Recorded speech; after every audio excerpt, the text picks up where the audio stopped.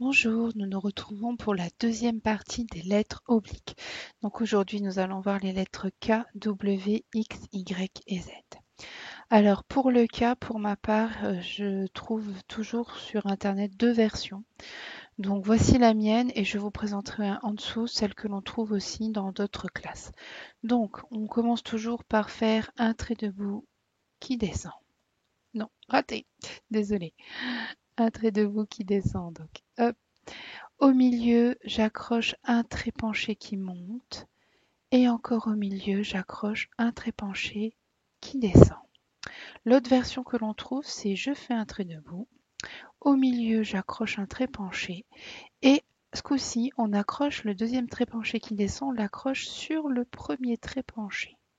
Voilà, on trouve ces deux versions. Pour ma part, je trouve que pour la maternelle, c'est plus facile, la première version, mais je vous montre les deux. Ensuite, le W. Donc, on fait un trait penché, on part du haut, on fait un trait penché qui descend.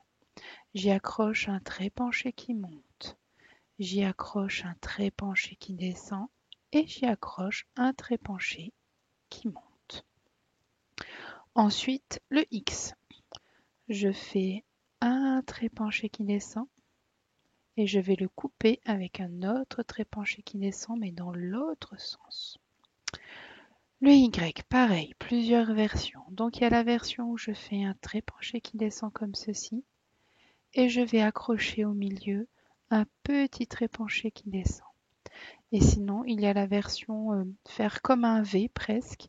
Donc je fais un trait penché qui descend, j'y accroche un petit trait penché qui monte et je termine par un trait debout. Voilà, pareil, on trouve les deux versions.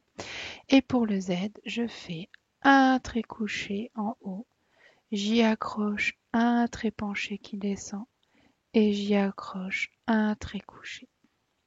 Et voilà pour nos lettres obliques. Au revoir et à bientôt.